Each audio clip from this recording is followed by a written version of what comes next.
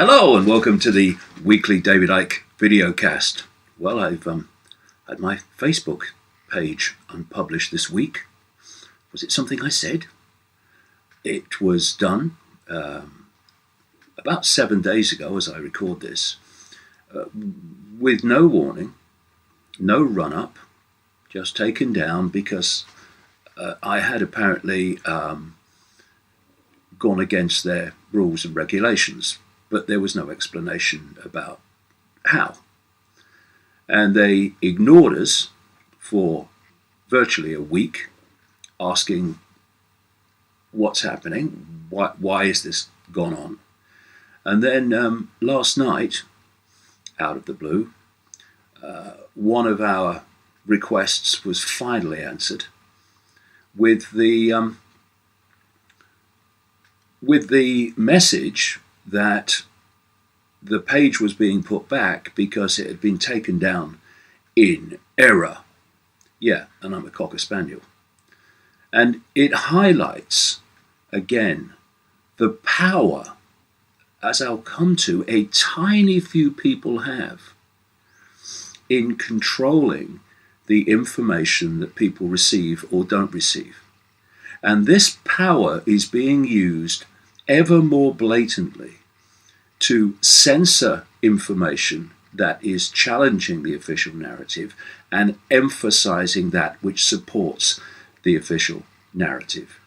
People's YouTube channels, Facebook pages, Twitter access is being deleted with increasing extremism, so that this narrative that people receive, from which people's perceptions come, can be controlled. And this has been the plan from the very start. You know, whether people accept it, and more people are, world events, society transforming events, are not random. They're planned in a sequence leading to a goal at the end of it, which is the complete subjugation and control of human society. And so the plan from the start was through the internet, which was created by the military organization, DARPA, the technological development arm of the Pentagon that makes things like death rays. I mean, I'm sure they did it because they cared about the global population being able to communicate with each other freely. Wasn't the idea at all. It was to create a global network of information and communication, which could then, by its technological, digital nature, be centrally controlled, and the flow of information controlled, not in the end even by human intervention, but by algorithms and artificial intelligence, which is what is increasingly happening now. And the plan was to replace newspapers and even the forms and sources of television, etc., that we've had so far, with algorithmically controllable internet forms of communication. And to seize that control, corporations, which became giant corporations like Facebook, Twitter, and Google, and Google owned YouTube, were created, or at least taken over, to create this centrally controllable information source. And for a while, it seemed that the internet and all that was happening was a good thing, because we did have the free flow of information. There wasn't censorship.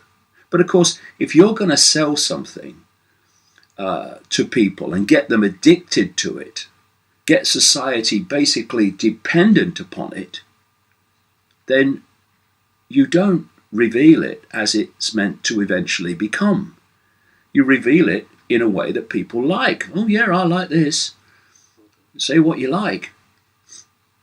And then, as these corporations like Facebook and Google have got more and more monopoly power, well, you use us or you don't do it. It's increasingly becoming.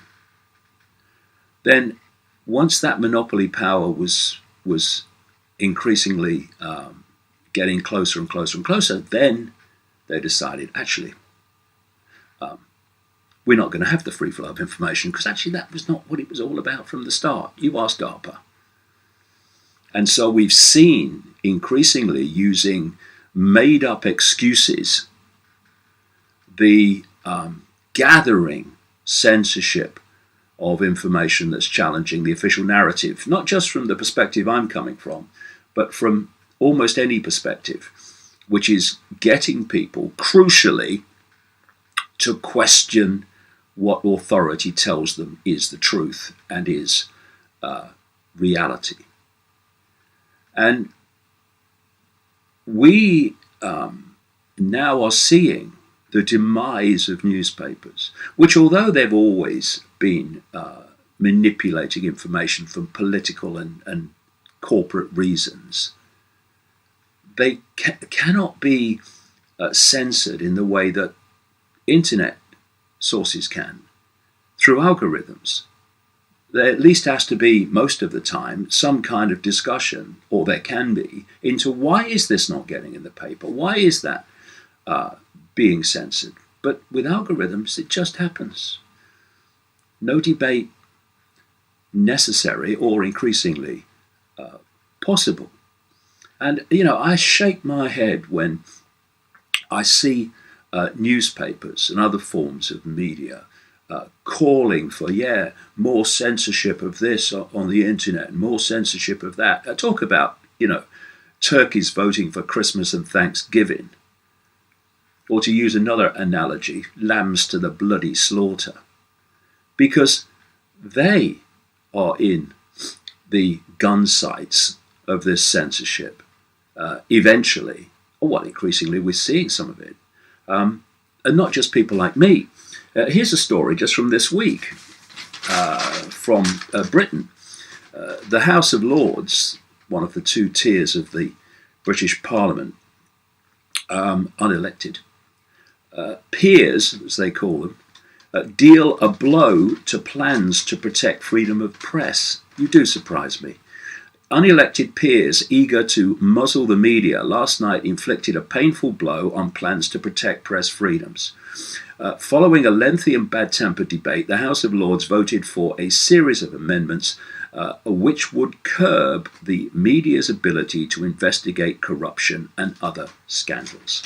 See, while the mass of the mainstream media is just a propaganda operation for the official version of everything, there are still some real journalists in there who do still do some good journalism on the level of the whole conspiracy that they operate on. And this cabal of censorship and control wants them as well.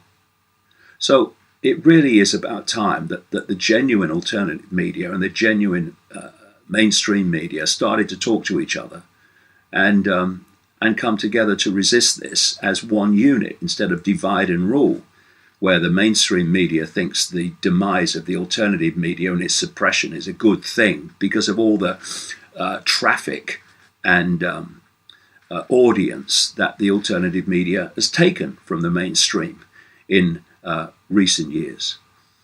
Because this is something that is not only not going away, it's not going to stay at the level it is now. This censorship is designed eventually to become total. I'll give you an example, talking of the topical story about my Facebook page being unpublished for nearly a week. Algorithms have been used to suppress how my information circulates around the internet in the most obvious ways. The following support for my Facebook page was going through the roof, month after month after month, climbing and climbing and climbing rapidly. It got up into nearly 800,000 people on the page. And then, overnight, virtually, some years ago, that stopped. And when they unpublished the page a week ago, the numbers supporting the page were about the same, just slightly less than there were years ago when this algorithmic intervention began.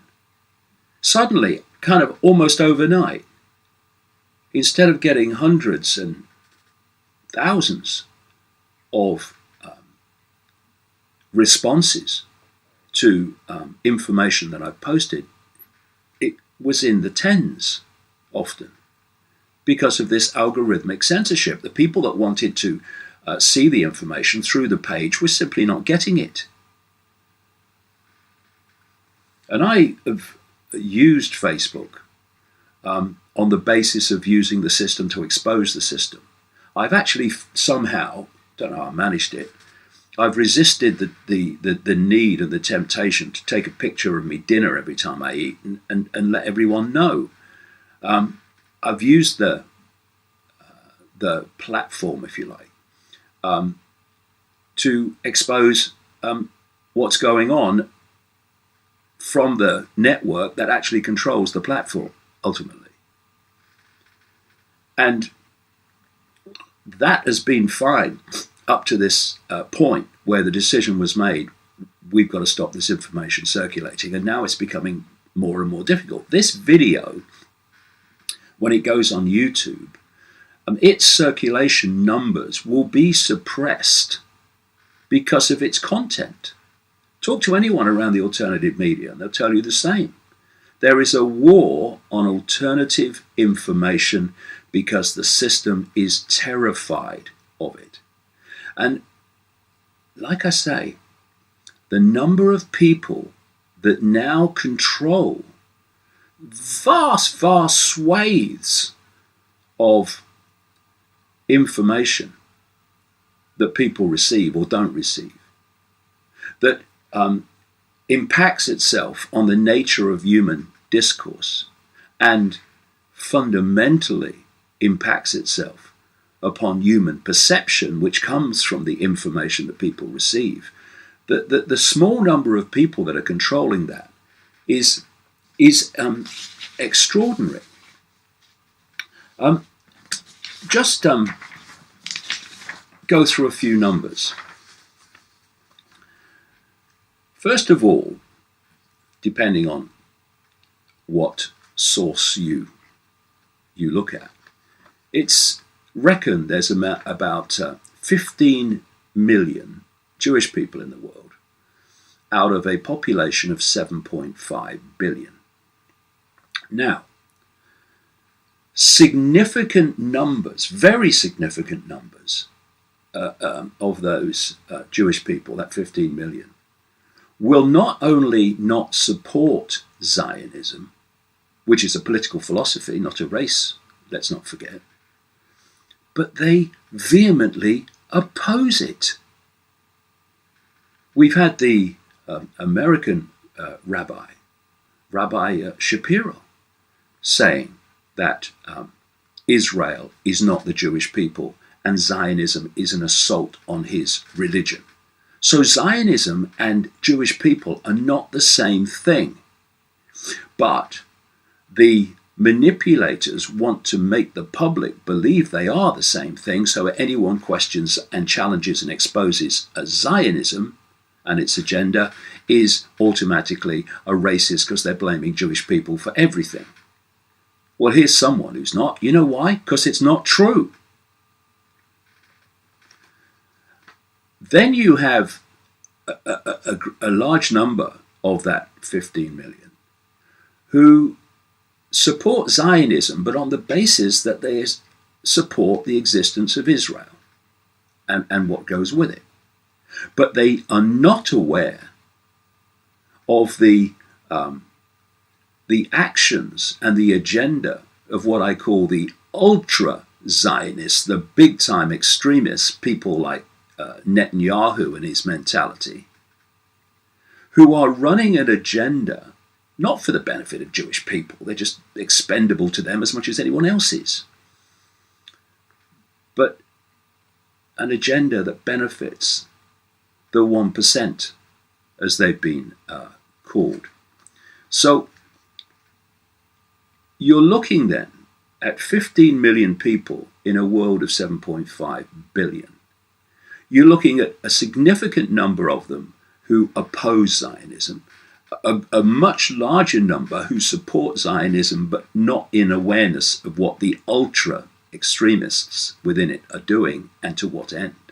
And that leaves a tiny few ultra-Zionist zealots who are the ones that I'm talking about. And it's not just them. They're just part of this global web of manipulation that includes people from all backgrounds in the end. So let's just look at this small number. I mean, okay, never mind the small number. Let's take 15 million. Let's take that figure as a whole. Out of this tiny number of 15 million people in a world of 7.5 billion,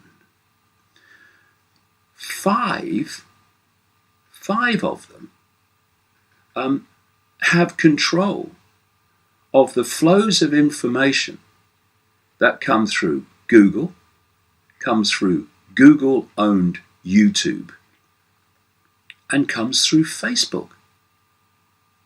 Out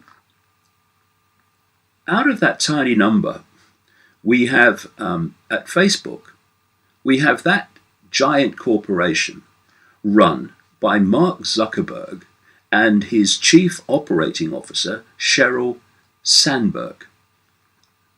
At Google, we have the creators and controllers, well, at least on one level, Sergey Brin and Larry Page.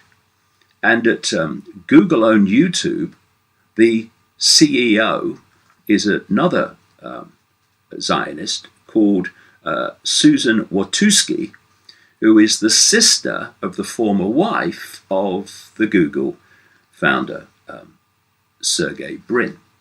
So there you have 5 people who can dictate the rules and regulations on the basis of what is seen on YouTube, what is seen on Facebook, and the nature of the search engine emphasis and suppression of information that goes on with Google. And not only that, these corporations are also hiring ultra-Zionist hate groups who set out to get the public to hate their targets, hence I call them hate groups, like the Anti-Defamation League, and in Britain, the Campaign Against Anti-Semitism, the CAA, that works so hard to have my public events banned. They are being hired by these same companies to advise on what should and should not be censored. The CAA was created out of nowhere with private funding in the midst of the mass murder and slaughter of Palestinians, civilians and children in 2014 with the state-of-the-art weapon attacks on Gaza. It was created amid that to mitigate the appalling public relations image, understandably, of Israel at that time. And within no time, the CIA was walking the corridors of power, meeting people like Theresa May. And why did that come about? Freedom of information documents have shown how close this CIA is to the police, and particularly the police that are involved in so-called hate crime. And these are the organizations with total allegiance to Israel, who are being hired by these companies controlled by people with allegiance to Israel to advise them on what should and should not be censored. And this is what they are desperate for people not to realize. Why does anyone think that Israel has this network of ultra-Zionist hate groups around the world dedicated to silencing people who expose things like this and expose Israel for its real agenda in terms of its regime by dubbing them anti-Semitic and racist? It's not to protect Jewish people from racism. It's to protect Israel from legitimate investigation and exposure. And where is the mainstream media in all this? Why aren't they exposing this? I know they're running for the hills and running home to their mum, crying for their dollies. Well, that's politically incorrect, isn't it? I don't know. What a situation we're in. And we need to face it. So the other point in all this is there are connections from Google and Facebook and these other internet giants to the CIA and to this organization, DARPA, the technological development arm of the Pentagon. And one of the expressions of this is all the information, personal information and data that once would have required the intelligence community to get a court order, at least officially, to glean. And now people all over the world are giving these agencies, through Facebook, through Google and these other organizations, the very same data and more for nothing, by telling the world everything about themselves. This so-called social media, it's just bringing people together, is a surveillance and information gathering operation on a global scale the world has never seen before. And another part of this is the effect that it's having on human discourse and the psychological state of people that use these so-called platforms.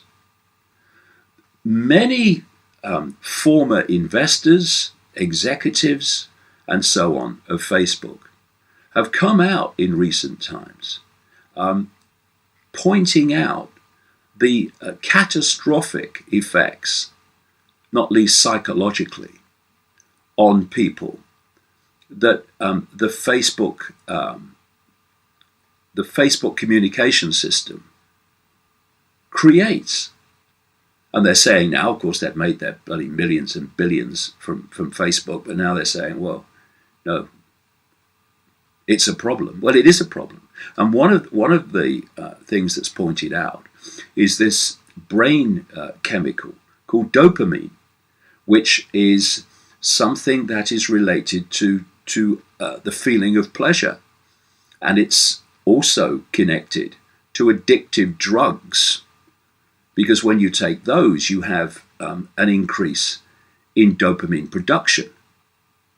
It is in itself a drug if it gets out of hand. For instance, if you have too much of it, it can trigger things like schizophrenia. And what's happening is this Facebook situation is creating addicts to Facebook. The same with Twitter. Addictions. How? Because, and by the way, some of these executives and former investors that have come out and criticized Facebook have said that the addicting people to it was the idea from the start.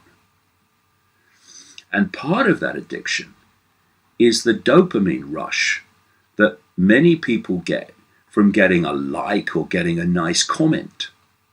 And once you start getting addicted to that, you want to go back and you want more.